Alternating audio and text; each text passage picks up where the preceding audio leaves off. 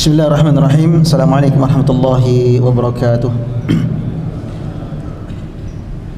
Alhamdulillah wassalatu wassalamu ala nabiyina Mustafa Rasulillah wa ala alihi wa ashabihi wa man tabi'ahum bi ihsanin ila yaumil qiyamah, amma ba'd.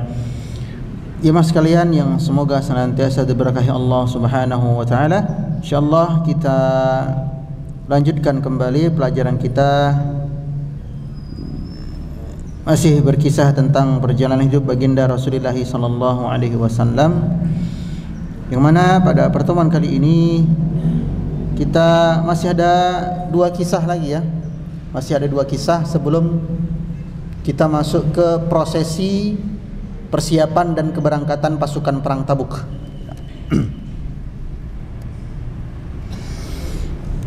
Dua kisah terakhir, oh bukan dua, tiga ya, mohon maaf, tiga. Ada tiga ya. Kisah yang pertama yaitu wafatnya Raja Najasyi di Habasyah ya. Wafatnya Raja Najasyi di Habasyah, atau kalau sekarang Habasyah itu Ethiopia ya, Ethiopia. Jadi di tahun 9 Hijriah ini, di tahun 9 Hijriah di bulan Rabiul Tsani, Nabi mendapatkan kabar bahwa sahabat beliau yaitu Raja Najasyi, nama aslinya adalah Asamah, yang memimpin negeri Habasyah, Ethiopia dan sekitarnya, yang mana waktu itu Najasyi berada di bawah kerajaan Romawi. Demikian pula dengan negerinya Habasyah. Akan tetapi Raja Najasyi ini masuk Islam setelah berdialog dengan apa? Dengan Ja'far bin Abu Talib, yang mana di kisah itu juga ada kisah yang melegenda, yaitu kekalahan debatnya Amr bin As dengan Ja'far bin Abu Talib. Nah, ketika Najasyi wafat ya, maka Nabi SAW memerintahkan para sahabat untuk menegakkan salat ghaib,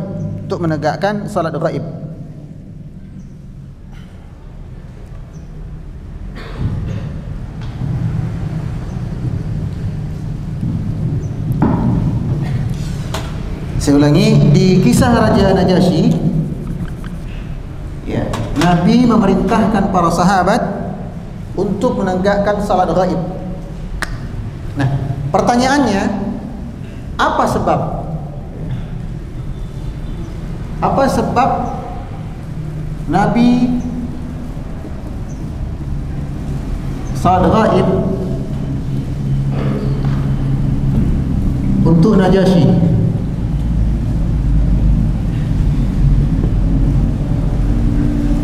Para ulama merinci setidaknya ada dua sebab ya. Setidaknya ada dua sebab mengapa Nabi menegakkan salat ghaib dan Nabi menyuruh para sahabat salat ghaib untuk Najasyi. Sebab yang pertama, pendapat yang pertama ya, mengatakan bahwa karena besarnya jasa Najasyi untuk kaum muslimin. Pada peristiwa apa? Pada peristiwa hijrah Habasyah 1 dan 2. Kemudian jasa berikutnya adalah membela kaum muslimin. Sementara pendapat yang kedua mengatakan Nabi menegakkan salat ghaib untuk Najasyi, tidak kepada yang lain. Seumur-umur ya, sepanjang umur Nabi hanya menegakkan salat ghaib sekali, yaitu untuk Najasyi. Pendapat yang kedua mengatakan karena Najasyi wafat di negeri kafir.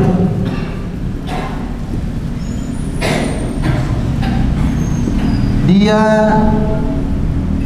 Muslim sendiri.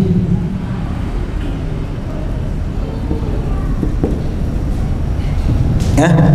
Ini sebab yang kedua atau pendapat yang kedua mengatakan dikarenakan Najasyi ini dia Muslim di sebuah negeri kafir. Ya, rakyatnya masih Nasrani, perdana menterinya masih Nasrani, keluarganya masih Nasrani. Satu-satunya yang Muslim adalah dia. Maka sudah pasti prosesi pengurusan jenazah Najasyi ini tidak sesuai syariat Islam. Sudah pasti 100% Najasyi ini tidak disolatkan. Kalau dimandikan mungkin iya, karena jenazah-jenazah umat yang lain juga dimandikan kan.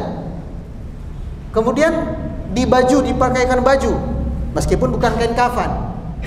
Dikuburkan juga iya. Satu-satunya yang tidak didapatkan Najasyi adalah disolatkan. Makanya kenapa? Sudah diurus kaum muslimin. Apa contoh case lagi orang itu disolat gaibkan ketika dia wafat? Contoh orang-orang yang meninggal tenggelam di dasar laut. Jadi kapal apa? Kapal tenggelam atau kapal selam gitu ya. Kayak apa namanya? Tragedi kapal selam. Nah, istilahnya apa? Kalau dalam istilah militer apa? Sink. Ya. Tenggelam. Nggak mungkin diselamatkan. Ya, kapalnya tenggelam sampai ke dasar laut seorang-orangnya. Kenapa nggak mungkin diselamatkan? Iya kali orang mau ke dasar laut, ya meninggal lah. Bukan mau menyelamatkan, malah makin banyak yang meninggal. Kenapa? Karena semakin dalam air laut tekanannya semakin besar. Jangankan tubuh manusia, kapal laut aja remuk kok. Ya, kapal selam yang demikian hebatnya remuk.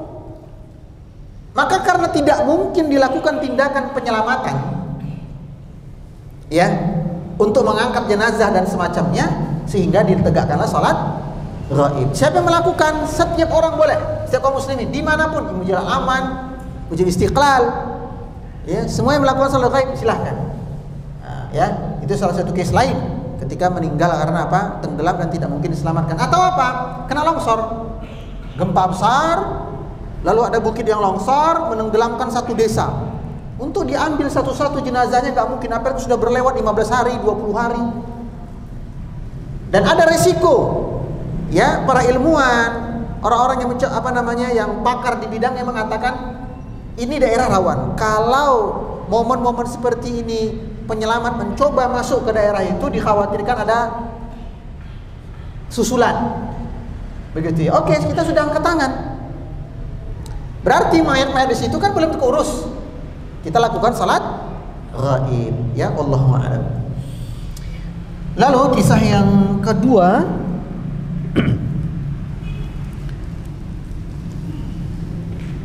yaitu Al-Wufud Abdul Qais dari Bahrain.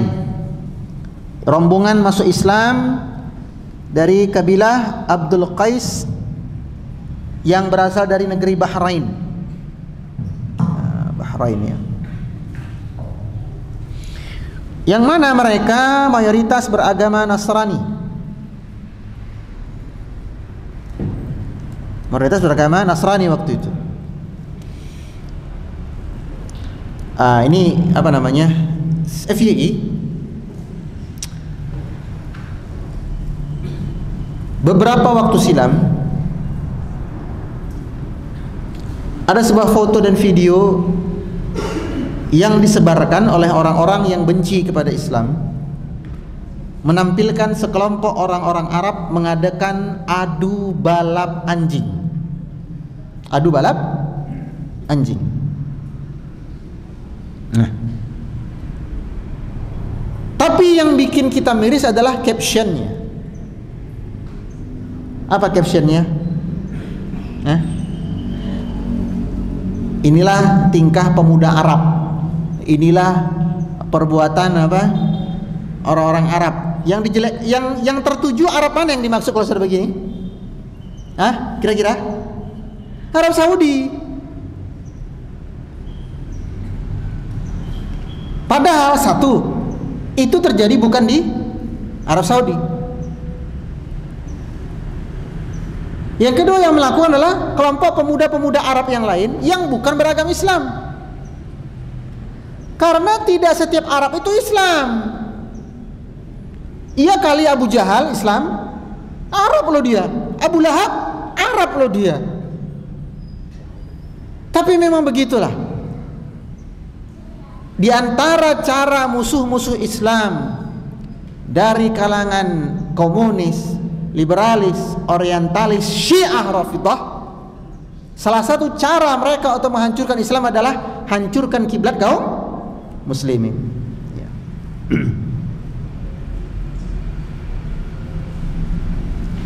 Baik. Nah, di tahun kelima Hijriah mereka ada utusan rombongan 12 orang menyatakan masuk Islam.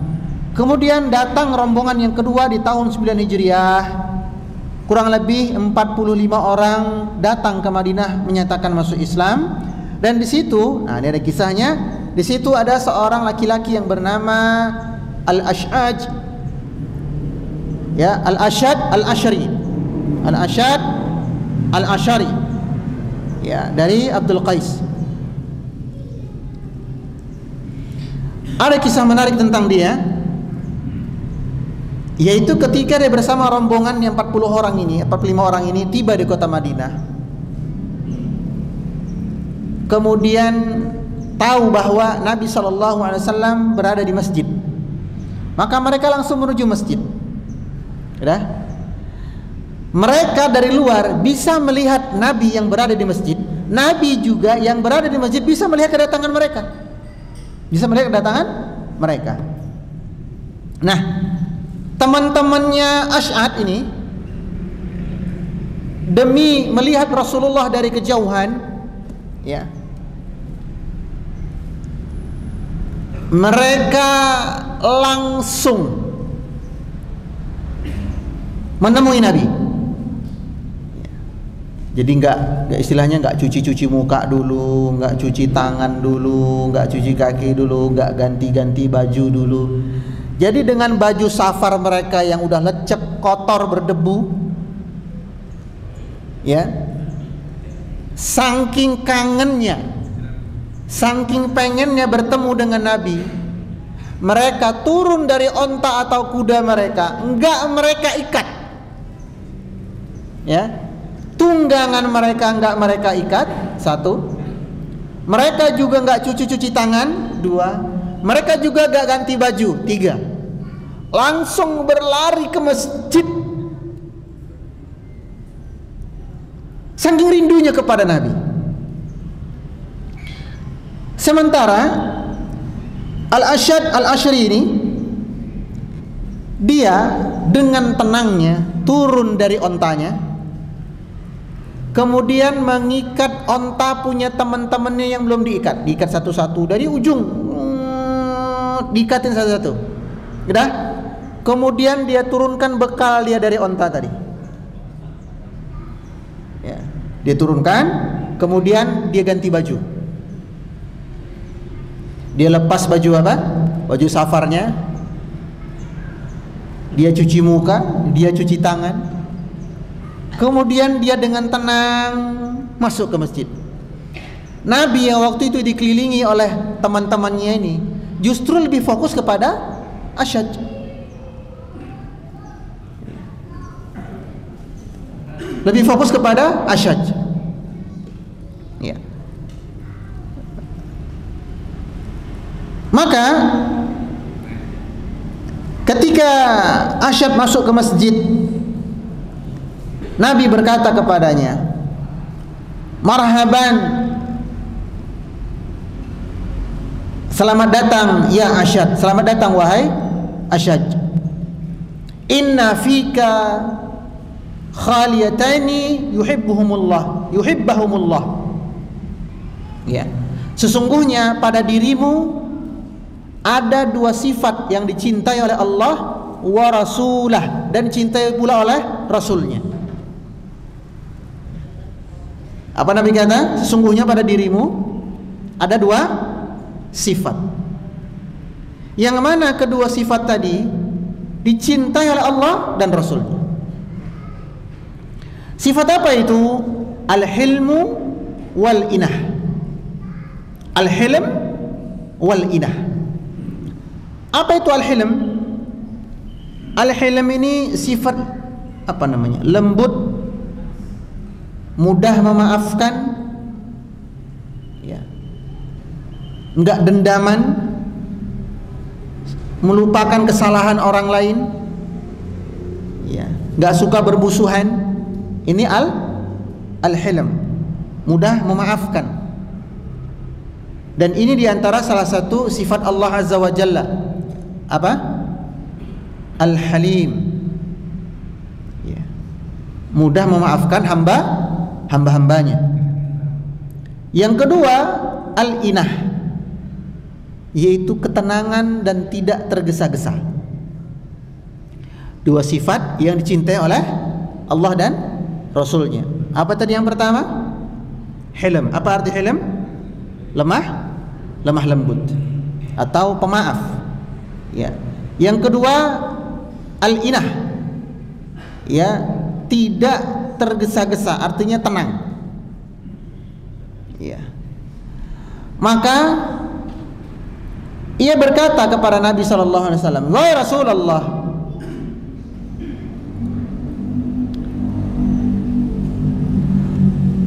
sifatku itu yang kau sebutkan,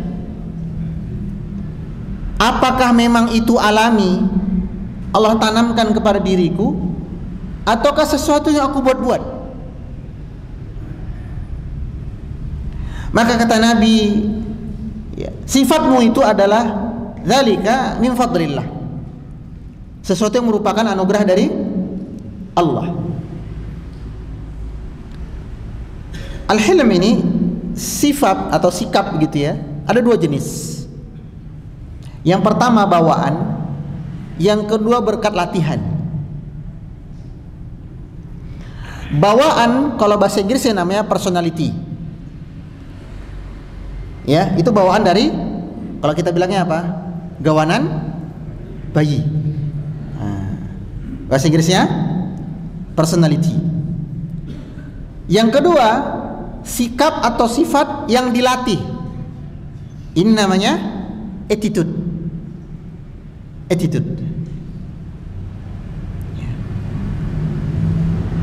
Makanya para ulama mengatakan sebuah nasihat apa?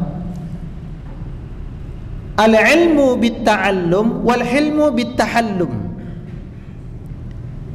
Ilmu didapat dengan belajar, sementara sikap yang baik didapat dengan berlatih. Nah, ini ada faedah akhlak yang luar biasa dari kisah ini.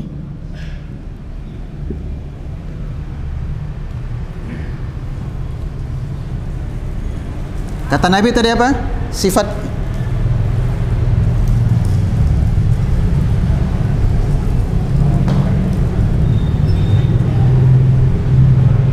habis baterai.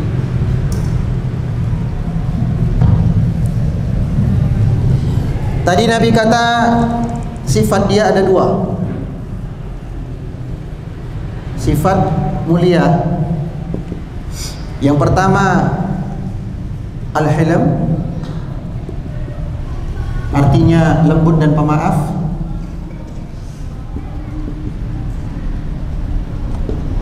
Yang kedua yaitu al-inah, yaitu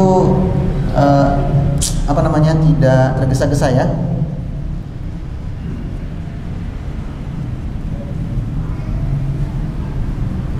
Al-hilm namanya sifat baik itu ada dua.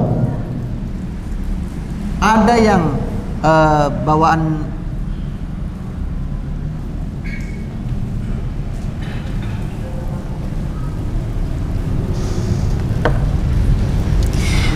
bawaan bayi atau bawaan bayi, ya. Ini yang kita sebut dengan personality. bawaan, ada yang butuh latihan. Oh iya. Ada yang butuh latihan. Ini yang kita sebut dengan attitude. Attitude.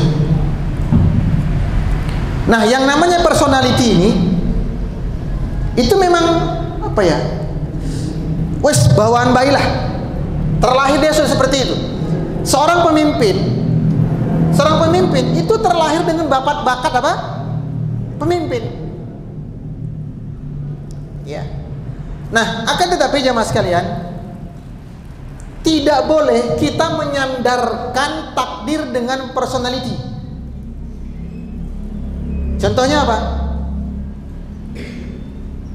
Ada seorang laki-laki pemalas. Ya. Kerja sebulan resign, kerja sebulan nggak betah, kerja sebulan out. Lalu ditanya oleh orang tuanya, kamu ini gimana sih? Udah 32 tahun loh. Umurmu udah 32 tahun, kerja kok masuk, out, masuk, out. Apa kata dia?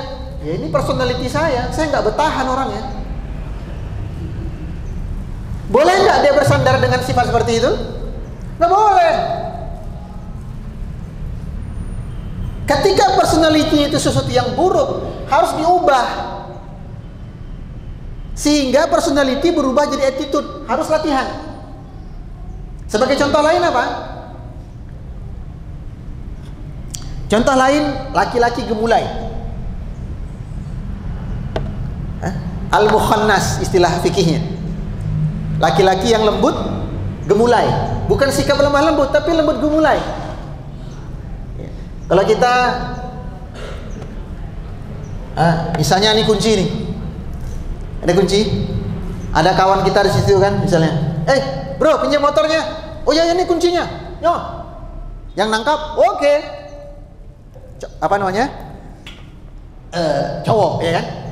Nah, kalau cowok gemulai, bro, pinjam motornya. Oke, ini kuncinya. Dilempar. Dia nangkapnya. Ih. Atau dia yang ngasih, temannya, sini aja, nih, bengkok. Atau apa? Jalannya gemulai. Iya, jalannya gemulai dia, bukan jalan layaknya laki-laki. Atau bicaranya gemulai, bukan bicaranya laki-laki. Berjalan, berbicara, memegang, melempar sesuatu. Ya. Nah, seperti ini dia tidak boleh bersandar dengan this is my personality. I cannot change that. Ini personality saya nggak bisa ubah, nggak boleh. Memang personality bawaan lahir, tapi kalau dia ternyata personality yang buruk, dia harus apa? Diubah. Contoh seorang suami yang temperamen. Laki-laki yang temperamen, senangnya makan tempe sama ramen. Mie ramen, lauk tempe, tempe ramen jadinya. Laki-laki yang temperamen, mudah emosi. Gak boleh dia bersandar dengan iki wes, memang saya tuh seperti ini, gampang emosi. Gak boleh. Makanya ketika ada seseorang bertanya kepada Nabi, wahai Rasulullah, berikan nasihat untuk saya. Apa kata Nabi? La taghdab. Nabi, nasihatnya saya, la taghdab. Jadi di situ farad dan mirara. Nabi ulang-ulang, la taghdab, la taghdab, la taghdab. Kenapa? Karena Nabi tahu ini laki-laki punya sifat buruk, personality pemarah. Nabi katakan apa? La taghdab, jangan kau suka marah. Untungnya orang ini nggak bilang apa? Ya Rasul, bawaan saya. Nggak begitu. Bisa apa? Diubah. Ya Allahu a'lam. Kemudian yang kedua kata Nabi, sifat yang mulia milikmu wahai al-asyad adalah al-inah, tidak tergesa-gesa. Nah, tidak tergesa-gesa. Kenapa? Yang namanya tergesa-gesa itu ditunggangi oleh syaitan. Jam-jam crowded Jogja, 6:30 pagi, sing mangkat sekolah, sing nganter sekolah, sing mangkat kerja, sing jemput gebetan. Kayak metu kabeh nang dalan kae. Karena ketergesa-gesaan segelintir orang yang akhirnya berkendara dengan cara yang tidak baik, tidak jarang yang jadi korban justru orang yang berkendara dengan baik. Maka ini larangan dari Nabi untuk sifat tergesa-gesa dalam konsep hidup apapun itu ya. Tapi ini kisah yang kedua, sekarang kisah yang ketiga.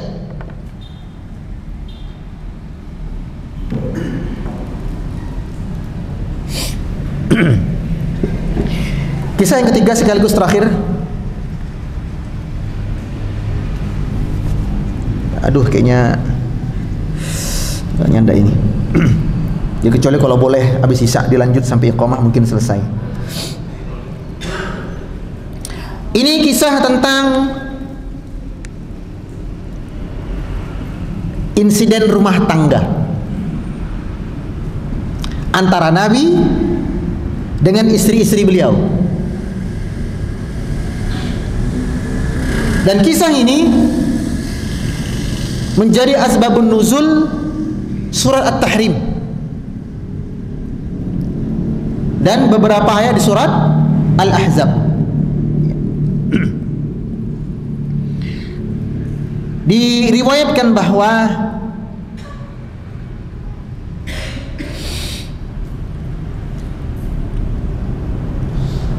Allah berfirman di surah At-Tahrim ayat yang pertama, ya ayyuhan nabi lima tuharrimu ma ahallallahu lak tabtaghi mardata azwajik. Wahai engkau nabi. Jamaah sekalian, kalau jenengan baca Al-Quran, tidak pernah sekalipun Allah memanggil nabi kita dengan nama. Nggak pernah. Ya Muhammad, ada nggak ayat yang berbunyi ya Muhammad? Kalau surah Muhammad ada surat, tapi ayat yang berbunyi ya Muhammad ada tidak? Hah? Nggak ada. Biasanya Allah memanggil dengan sebutan apa? Ya ayyuhan nabi, wahai nabi. Kenapa? Para ulama tafsir mengatakan ini cara Allah memuliakan nabinya. Beda dengan nabi-nabi lain. Ya Adam, Nabi Adam dipanggil dengan nama. Ya Musa dengan Musa. Ya Ibrahim dengan nama Ibrahim. Tapi ketika Rasulullah yang dipanggil oleh Allah di Al-Quran tidak dengan nama, tapi dengan apa? Ya ayyuhan nabi. Ini menunjukkan apa? Pengagungan Allah terhadap Rasulullah SAW. Lima tuharrimu ma ahallallahu lak. Kenapa engkau mengharamkan apa-apa yang telah Allah halalkan untukmu? Tabtaghi mardata azwajik. Engkau lakukan itu demi mengejar ridho dari istrimu. Ridho dari istri. Nah, ini kita jabarkan kisahnya ya. Kisahnya banyak sekali faedah-faedah rumah tangga.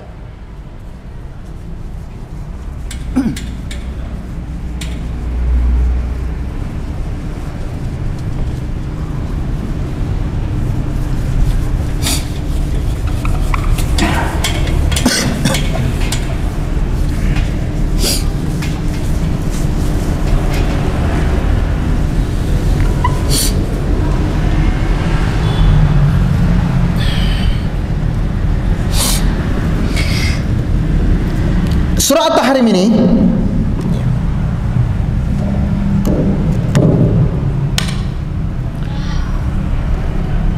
Surat At-Tahrim ayat 1. Wahai Nabi, lima tuharrimu ma ahallallahu lak.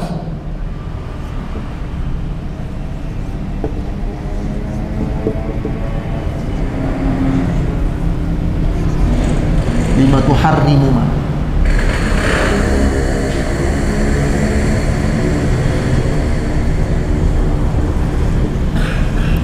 Ya ayyuhan nabi lima tuharrimu ma ahallallahu lak. Wahai engkau Nabi, kenapa engkau mengharamkan apa yang Allah halalkan? Jadi Nabi mengharamkan sesuatu yang Allah halalkan untuk beliau. Kisah ini ada beberapa urutan tragedi peristiwanya ya. Yang pertama, dan di kisah ini istri-istri Nabi kong kali kong untuk memojokkan Nabi. Ini ngeri, Pak. Kenapa? Satu wanita aja bisa meruntuhkan seorang laki-laki, apalagi wanita bersekongkol,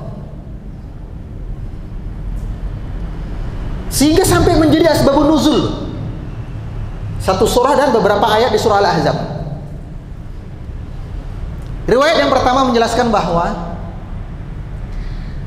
satu kali Nabi minum madu di rumah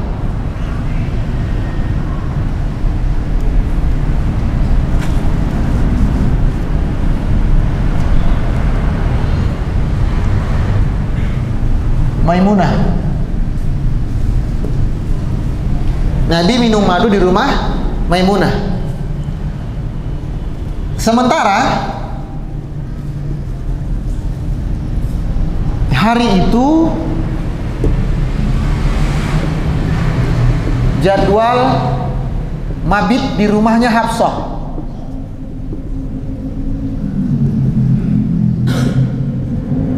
Hafsah putrinya Umar. Nah ini tafsir pertama.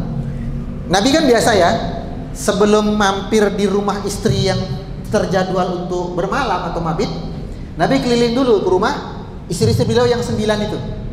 Yang 9. Dah. Pas giliran di rumahnya Maimunah, tepat satu rumah sebelum rumahnya Hafsah. Ya. Nabi dihidangkan madu. Minum madu dong Nabi. Minum madu gitu ya. Lalu setelah dari rumah Maimunah, giliran rumahnya Hafsah sekaligus untuk mabit. Ketika Nabi masuk, istilah kita cipika-cipiki lah ya kepada Hafsah. Hafsah mencium dari mulut Nabi aroma madu dari madu yang lain. Madu dari madu. Wah ini cara memuji madu asli itu seperti itu Pak. Kalau istri marah berarti madunya asli.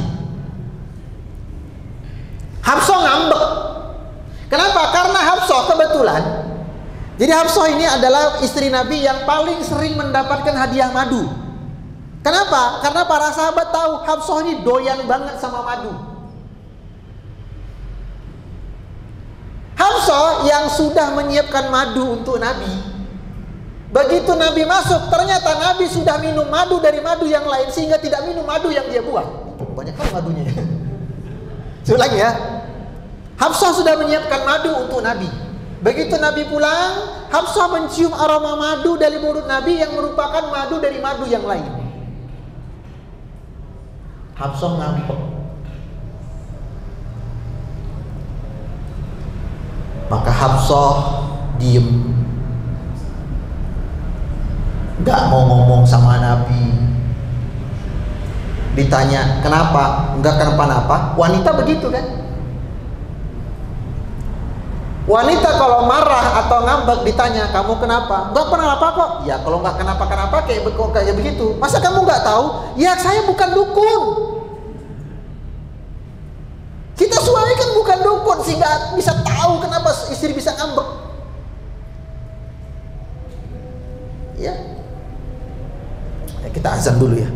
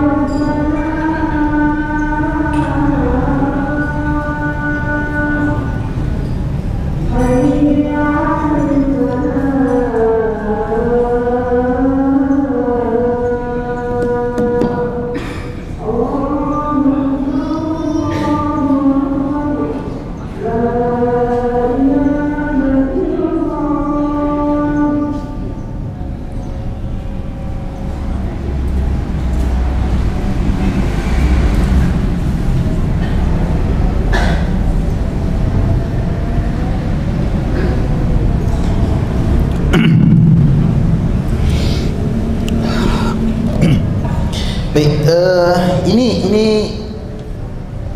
sebab pertama ya, atau riwayat yang pertama asbabun nuzul surah ini, yaitu ketika persaingan antar madu.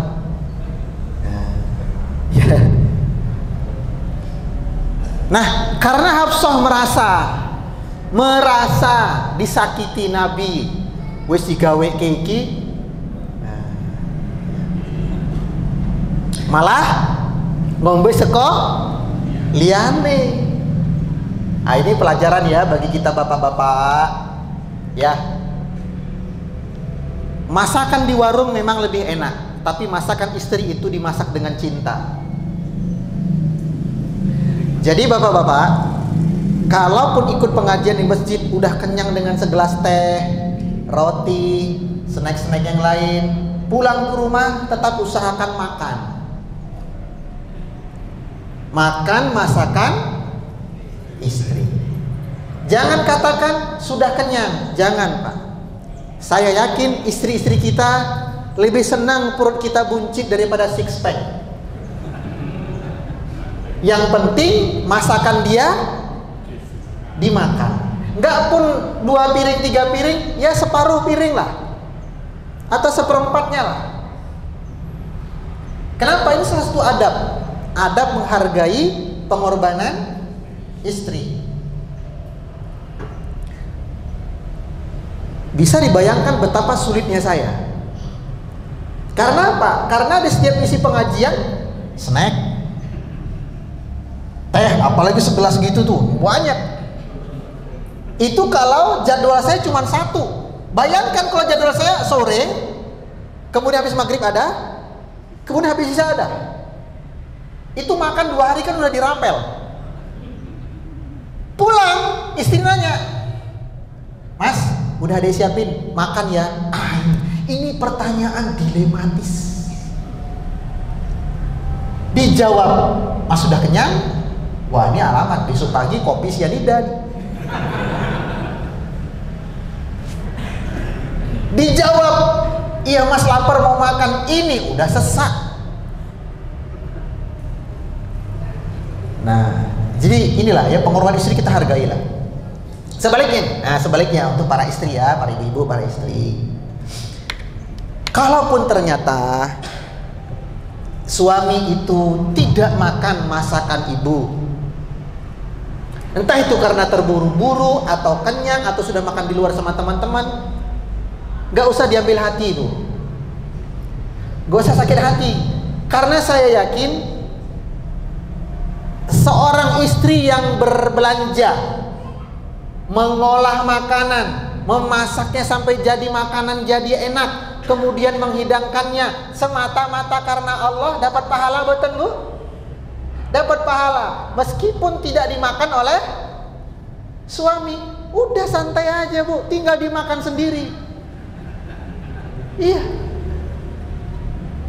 gemuk-gemuk dah, gak apa-apa, makan aja. Jangan sampai jadi omelan sama anak. Tuh nak, papa kalian kelakuannya begitu tuh. Kamu lihat kan, mama lo pagi udah belanja ngeruput, nanti baju telu tak terabas kabeh.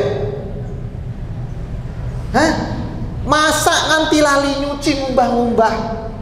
Begitu wes dadi bapakmu ngomong apa? Aku wes telat kemurungsung.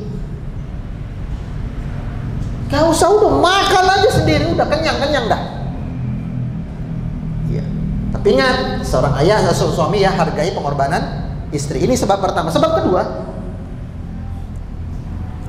juga gara-gara madu ini, tapi madu dalam bentuk yang lain. Hari itu ini masih terkisah dengan Hafsah. Di hari mabit Hafsah. Nah, Hafsah menyambut kedatangan Nabi. Rencananya seperti itu. Tapi kok Nabi belum balik ya? Ya sudahlah. Hafsah kemudian ke rumah ayahnya Umar bin Khattab untuk mengambil sesuatu atau apa begitu. Rumah kosong, beda? Ketika Hafsah balik, kok rumahnya kekunci? Siapa yang kunci? Udah jelas Nabi. Oh, terlihat sendalnya Maria Al-Qibtiyah, budak Nabi. Sebagian riwayat mengatakan sudah jadikan istri oleh Nabi, wanita dari Mesir, yang darinya Nabi mendapatkan anak Ibrahim. Ibrahim sudah kita kisahkan kemarin ya, wafat. Hafsah yang mendapati rumahnya dijadikan oleh Nabi dan Maria untuk bercumburia, ngamuk, marah dia. This is my house. What are you doing here? Rumah saya ini. Berani-beraninya Maria menggunakan rumahku. Ngambek. Maka Hafsah kong kali kong sama istri-istri Nabi yang lain, terutama Aisyah, karena Aisyah ini memang akrab sama Hafsah. Apa kong kali kong mereka? Nanti kalau Nabi datang ke rumahmu Aisyah, katakan apa? Katakan aroma Nabi bau maghfarah, bau nyengat. Benar, selesai urusan dengan Maria Al-Qibtiyah, Nabi antar kamu pulang, kemudian Nabi ke rumahnya Aisyah. Masuk pada Hafsah. Tahu Nabi, Hafsah nggak bisa masuk karena rumah kekunci. Baru Nabi masuk, ya. Mereka berdua mengatakan, "Wahai Nabi, jangan masuk. Mulutmu bau maghfurah, yaitu madu pahit kalau kita bilang." Nah, karena dua riwayat inilah Nabi mengatakan apa? Mulai hari ini aku haramkan madu untukku. Yang pertama, madu dimaksud adalah madu, minuman madu. Yang kedua maksud Nabi apa? Madu yang lain, yaitu Maria Al-Qibtiyah. Nabi membawa Maria Al-Qibtiyah. Ini dua sebab ya, kita lanjutkan lagi pekan depan insyaallah. Kisahnya masih panjang ya. Wallahu ta'ala a'lam. Subhanakallahumma wa bihamdika asyhadu an la ilaha illa anta astaghfiruka wa atubu ilaik. Assalamualaikum warahmatullahi wabarakatuh.